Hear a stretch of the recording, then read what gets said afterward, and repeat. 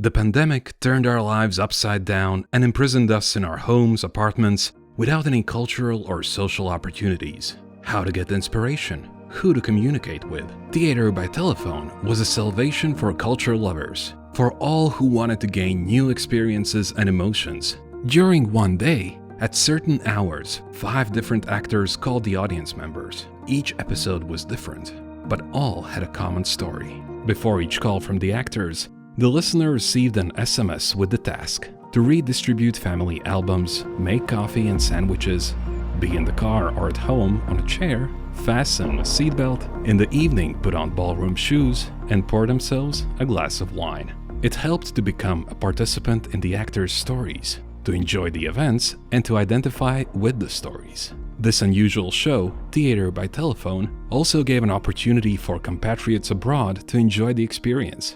The project reached 9 countries. It was an opportunity to feel at home during difficult times, gain new experiences, and an opportunity to cry, laugh, reflect on life, and talk to Latvia's favorite actors remotely over the phone.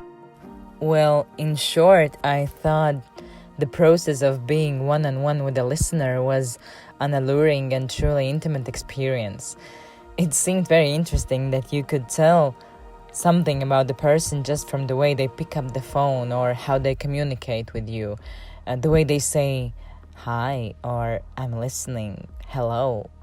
It was a very intimate interaction with 10 people a day, each of whom was completely different. And it was an even more direct communication than, for example, playing a show in a chamber hall. A variety of different experiences and feelings. My emotions? 270 different parties. We danced, laughed, cried, experienced emotions that, in my opinion, cannot be experienced in everyday life because the situation is unusual.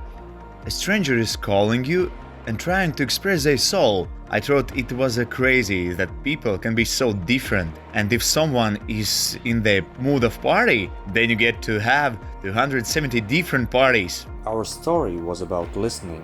It was a new experience for me because 270 times I had to tell people that not only did I have trouble listening, but I also could not really hear what people were trying to say. It seemed to me that while sitting in the car, I would call 270 strangers and have to tell 270 times how I was doing and what was happening to me. I expected it to make me feel better, and it did. And the quietest calls were the best because they made me feel like the other person is not only listening, they are really hearing what you have to say.